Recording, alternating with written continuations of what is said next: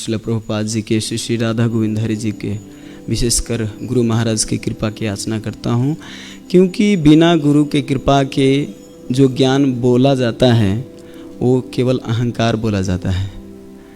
बिना गुरु के कृपा जो शास्त्रीय ज्ञान होता है, अगर कोई व्यक्ति केवल शास्त्र ज्ञान से खूब रट्टा मार के और बोल दे तो केवल सच में अहंकार बोला जाता है। लेकिन जो गुरु के कृपा से अगर कोई ज्ञान बोला जाता है या कोई आता है, जैसे परंपरा है एवं परंपरा प्राप्तम, तो गुरु परंपरा की कृपा से अगर वो ज्ञान अगर वितरित किया जाए तो वो ज्ञान, वो अहंकार नहीं, वो सच में हृदय परिवर्तन करता है सबका।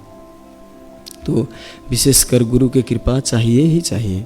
और श्रीमद् भागवतम को यहाँ पर एक 10वें स्कंद के एक अध्याय 4 नंबर श्लोक में परीक्षित महाराज कहते हैं श्रीमद् भागवतम के बारे में, कहते हैं निर्वीततर्षै उपगीयमानात् भवाौषधाचोत्र मनो अभिरामात् कौतम श्लोक गुणानुवादात्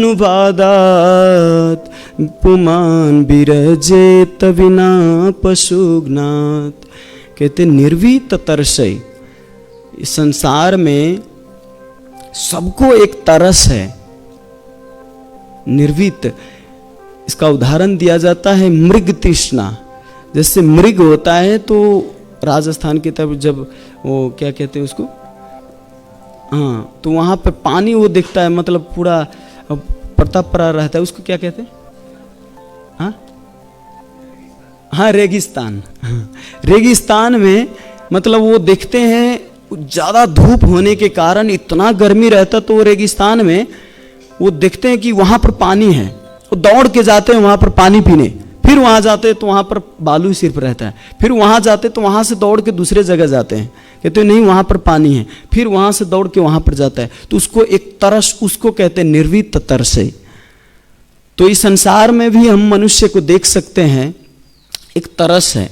गांव के लोग सोचते हैं काठमांडू में सुख है, और काठमांडू के लोग सोचते हैं अमेरिका में सुख है ना। उधर इंडिया में बिहार के लोग सोचते हैं मुंबई में सुख है, मुंबई वाले सोचते हैं दिल्ली में सुख है, और दिल्ली वाले सोचते हैं अमेरिका में सुख है, विदेश में सुख है। तो सब अपना अपना तरस लेके भटक रहा है, ये सोचता है वहाँ जाऊँ, वो सोचता है। तो ये जैसे मृग पानी के लिए यहाँ वहाँ करते करते मर जाता है, उसी तरह मनुष्य भी यहाँ नहीं सुख है, अरे वहाँ करना है, अरे इस इतना 10-15 हज़ार से नहीं होगा, और ज़्यादा कमाना है, ये है वो है, बहुत अनेक विभिन्न तरह की तृष्णा होता है। तो वो भी ऐसे मनुष्य पूरा जीवन भर इधर उधर करते करते, भ्रमण करते करते मर जाता है, लेकिन उसकी तृष्णा प्यास नहीं बुझती। तो उसको कहते हैं निर्वीत तरस। उसको, उसके लिए क्या चाहिए? भव औषधा। जून भव, जैसे किसी को ज्वर आ जाए, बुखार आ जाए, तो उसके लिए कुछ दवाइयाँ होती हैं।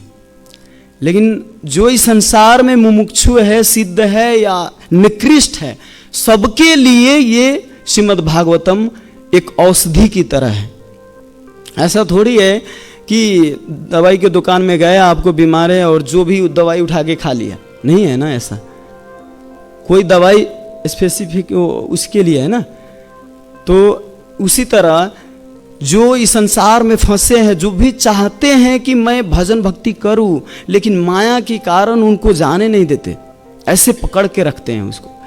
वो चाहते हैं मैं भगवान के जीवन समर्पण करूं, भगवान के भगवान के लिए जीवन समर्पण करूं, लेकिन उनको जाने नहीं देते, ऐसे पकड़ के रखें। तो ये औषधि अगर कोई, श्रीमद् भागवतम रूपी औषधि अगर कोई उपयोग करे, सुने, तो सबके लिए है। इसमें राजनीति, लव मैरिज, सब कुछ है इसमें, मतलब कुछ भी खोज लीजिए, श्रीमद् भागवतम में हर एक चीज़ का वर्णन है। तो इसीलिए सबके लिए है श्रीमद् भागवतम। तो ऐसे श्रील व्यास देव जी का विशेष कृपा है कि लोगों पर कल्याण करने के लिए ऐसे पूरा विस्तृत रूप में सर्व वेदांत सारम ही इष्यते, सर्व वेदांत के सार ये श्रीमद् भागवतम दिए हैं। तो ये बहुत बड़ी कृपा है।